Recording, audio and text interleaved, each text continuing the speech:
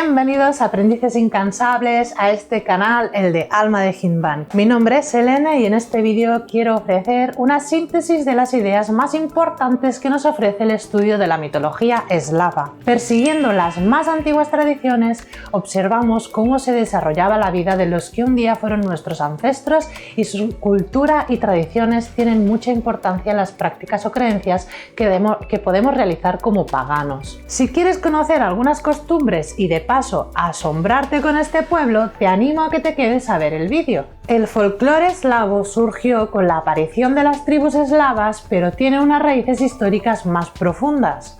Comunes a todos estos pueblos, refleja la historia, el trabajo y la vida cotidiana de sus gentes y, lo que es aún más importante, sus ideales espirituales. Para conocer bien los cultos paganos que poblaban la vieja Europa, podemos indagar en el folclore eslavo como el folclore de tantos otros países y culturas que se basan en las tradiciones orales y su literatura. Las canciones, los cuentos, los refranes, las adivinanzas son creaciones de un pueblo porque en ellas se refleja un ideal moral común. Estas son un bien del pueblo que durante largo tiempo se transmite oralmente de generación en generación. Las obras folclóricas en las que encontramos temas fantásticos no se crean en la lengua literaria, sino en la lengua viva, es decir, hablada por el pueblo. Algunos elementos que encontramos en el folclore eslavo son su simbología. Por ejemplo, en todas las canciones eslavas el halcón simboliza a un joven, la paloma o el cisne a una doncella joven. Estos son llamados paralelismos, es decir, la relación de semejanza entre el ser humano se compara constantemente con los fenómenos de la naturaleza. Así, por ejemplo, hallamos en canciones paralelismos relacionados con el estado de ánimo de los protagonistas, y estos a su vez están ligados a los fenómenos de la naturaleza, formando epítetos como por ejemplo el sol rojo, el prado verde, el agua fría. Estos ejemplos desempeñan un papel importante en el modelo artístico de su interpretación de la realidad. Esta se manifiesta con un predominante carácter romántico hacia la naturaleza y lo fantástico. Pero, ¿qué es el folclore eslavo y en qué se diferencia este de otros pueblos? Es la creación poética oral que, junto a los romances y a los germánicos, pertenecen a la familia indoeuropea. Los pueblos eslavos antiguos vivían cerca de los ríos Dnieper, Vístula, Oká, Danubio y Dvina.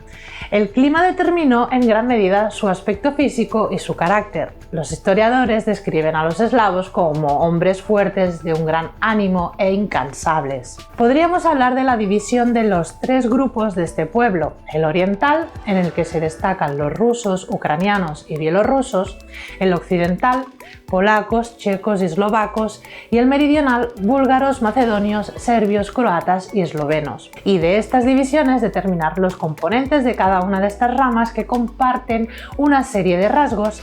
En este caso nos enfocaremos en la religión y mitología paganas comunes. Los eslavos antiguos profesaban el culto a la naturaleza y a los antepasados.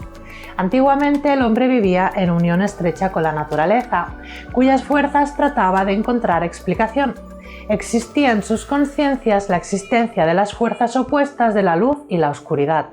El cielo y la tierra, el sol y la tormenta, el viento, el fuego o el agua eran seres vivos con sus pensamientos y sentimientos. Así fueron surgiendo también las divinidades y los dioses correspondientes de los que el eslavo antiguo pensaba que dependía su destino, por lo que creó ritos paganos para adorarlos.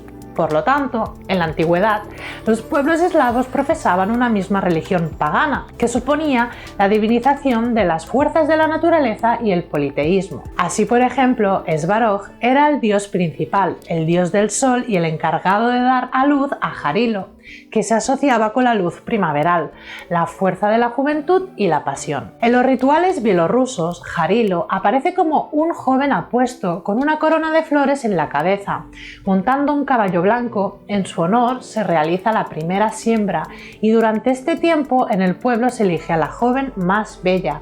La visten con el traje del dios del sol, le cantan canciones rituales y bailan a su alrededor. Estos pueblos creían, además, en la existencia de duendes y demonios que protegían los bosques, los campos y las casas. Se imaginaban el mundo como un universo dividido en 3 planetas: el cielo, la tierra y el mundo subterráneo. Hablemos de la mitología eslava. La mitología eslava es, ante todo, el modo de interpretar el mundo que tenían los pueblos antiguos, y aquí se introduce la idea romantizada de que el ser humano no se entendía aislado del universo, que a su vez se manifestaba tan vivo como él. Cada elemento del universo, el sol, la luna, las piedras, los ríos, los árboles, le parecía animado, con existencia propia.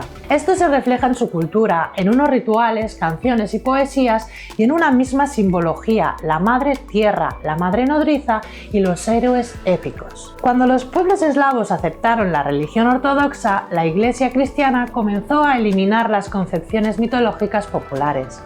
La confrontación entre el cristianismo y el paganismo duró varios siglos en países como Rusia.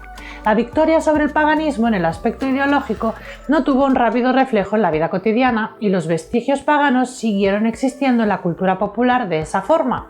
Lo que antes había sido mitos sagrados se convirtieron en cuentos, canciones, rituales, refranes, adivinanzas. Para conocer bien los cultos paganos que poblaban la vieja Europa, en la mayoría de cuentos mágicos se describe la vida cotidiana de aquellos pueblos en la Edad de Piedra.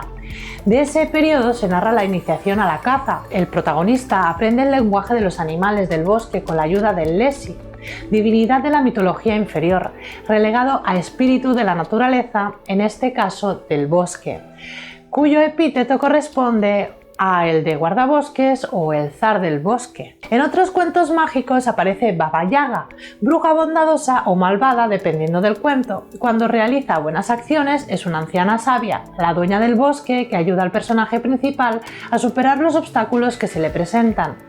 Esto reflejaría la época del matriarcado, cuando dominaba la mujer profeta, encargada de realizar los ritos mágicos de la tribu. En otros cuentos, Baba Yaga se asocia con un personaje surgido del reino de los muertos, que había nacido de un huevo, elemento que, según la concepción mitológica eslava, simboliza el origen de todo lo vivo sobre la tierra. Las concepciones de la vida y la muerte en estas representaciones determinan el principio de un equilibrio, que entre el mundo de los vivos y el mundo de los muertos no existe ninguna frontera. En los cuentos eslavos se encuentran también animales totémicos. Para los eslavos, un animal o una planta era el antepasado de la tribu. Con frecuencia, el animal totémico solía ser el oso. Este animal coexistía en sus frondosos bosques. Siempre admiraron al oso por su fuerza y destreza, le llamaban padre o abuelo, lo que se reflejó también en los cuentos. Su caza estaba prohibida. En otras ocasiones es el lobo el que aparece como tótem. Su encuentro fortuito en el camino solía ser un buen presagio. En algunos pueblos eslavos incluso se utiliza como nombre de persona. La mitología eslava se divide en 3 partes: la mitología superior, que corresponde a los mitos sobre los dioses y los héroes; la mitología inferior, que incluye las representaciones mitológicas sobre los diferentes duendes y demonios de la naturaleza y los seres mitológicos que no alcanzaron la condición humana. Quiero hacer especial mención a un grupo de dioses que estaban relacionados con los rituales del calendario, y es que en ellos se describen las características de las personas que habitan en el territorio. Así hallamos el dios del verano llamado Kupala, que se suele representar muy alegre y apuesto, ataviado con una corona de flores amarillas brillantes, con ropa elegante y fina y portando flores y frutas del campo. En esta fiesta popular, los rituales que tienen lugar están extendidos por todo el mundo eslavo. Se saltan grandes hogueras, se cantan canciones y se llevan a cabo juegos rituales en nombre de sus dioses, y en cada región, desde Rusia a Polonia, esta fiesta, que tiene lugar en un solsticio de verano, le corresponde un determinado nombre. Los historiadores describen estas fiestas del siguiente modo: la víspera del día 23 de junio suele ser una noche mágica. Las jóvenes, que según la tradición se lavan con el rocío de la mañana para estar más bellas y sanas, depositan en el río sus coronas con velas encendidas. El hundimiento rápido de la corona simboliza que su novio la dejó de querer y que ya no podrá casarse. pero si la corona permanece flotando durante mucho tiempo, su dueña será la más feliz del mundo. En esa noche mágica, los árboles son capaces de desplazarse de un sitio a otro y de hablar entre sí mediante el susurro de sus hojas. Esa noche también puede hablar la hierba e incluso los animales. Se recogen plantas que se consideran medicinales o se llevan a cabo rituales para invocar una buena cosecha. En la estación de la primavera tenemos como protagonista el dios Kostromá, que es el dios de la fecundidad, al igual que Jarilo, Lata y Leja. Se le representaba como un espantapájaros de paja al que sumergían en el agua. La etimología del nombre de Kostromá hace referencia en origen a la palabra que significa la parte superior de la hierba o la madre de la espiga. Como ofrenda a esta deidad se hacía un entierro relacionado con la despedida de la primavera, que se desarrollaba de la siguiente manera. Hacían un espantapájaros y lo vestían con ropa de hombre o de mujer. Después se representaba el ritual funerario, en el que se cantaban canciones rituales, a veces entre llantos, de forma solemne, y lo sumergían en el río. Para el solsticio de invierno, las palabras para designar este periodo tienen relación con la palabra corto, ya que coincide con el periodo en el que los días duran menos. Cuarto ayuno, el más largo de todos, tronco de leña, que se utilizaba en Navidad, o el más referenciado en este caso, el día que pasa, el día de tránsito. Para esta estación del año se representa a Mara, como un muñeco de paja que es destruido de forma solemne durante las fiestas de primavera.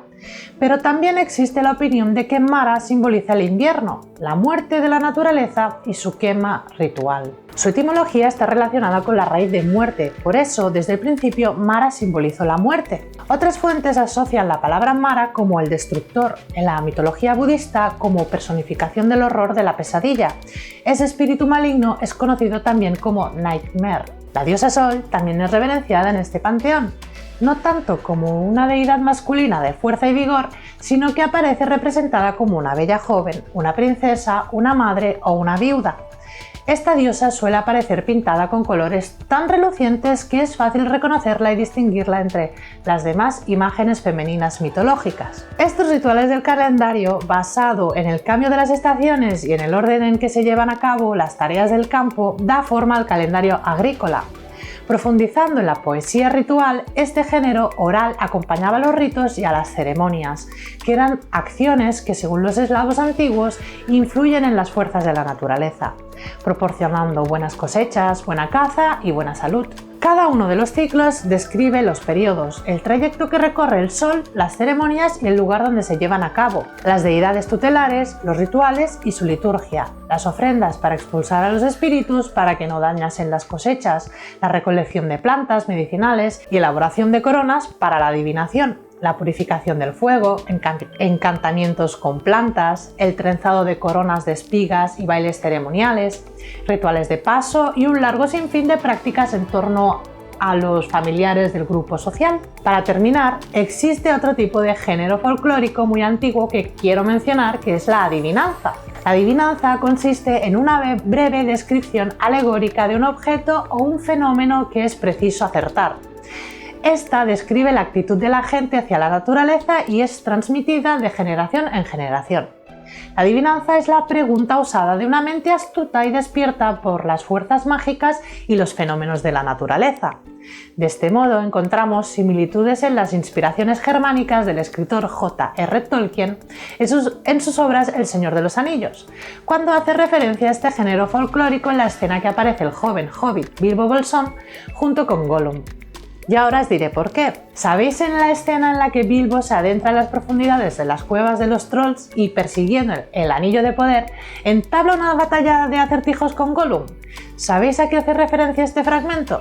Efectivamente, a las adivinanzas y acertijos de los pueblos eslavos. Hay similitudes con los elementos de la naturaleza, tales como sustituir un objeto por otro. Canta sin tener voz, puede volar sin alas, sin tener dientes muerde y sin boca habla. A ver si adivináis a quién me refiero. Dejádmelo en la descripción si sabéis el resultado del acertijo.